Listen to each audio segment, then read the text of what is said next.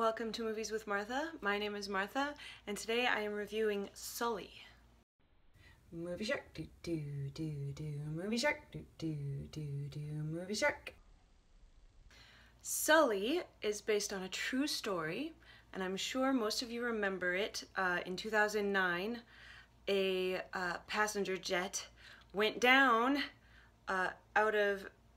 in New York City and was successfully landed in the Hudson, a water landing in the middle of January, and nobody died, miraculously.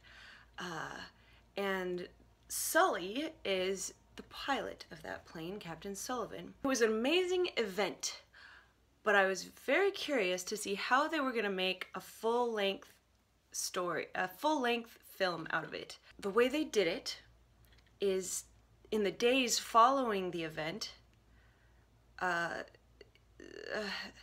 there was an investigation made by the airline, the insurance companies, etc., etc.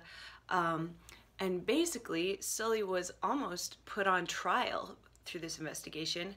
And the question was, did he really need to do a water landing, or could he have made it back to the airport? And that's a very important question, because if he couldn't have made it back to the airport, then he's a hero. And he did an amazing thing, and he's wonderful. If he could have made it back to the airport, then he needlessly endangered all the lives on that plane and destroyed the plane as well. And Tom Hanks does an amazing job, as usual.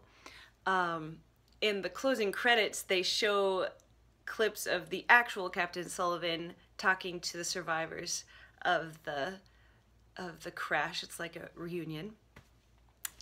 And I was amazed at how similar he looked to Tom Hanks. And it's not just the way they acted.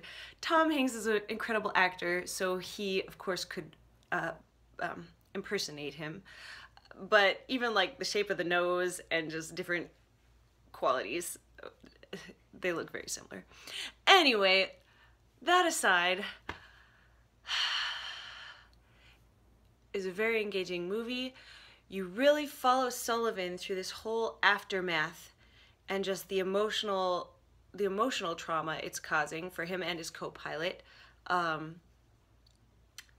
You get a glimpse at the passengers and little snippets of their stories and what they went through.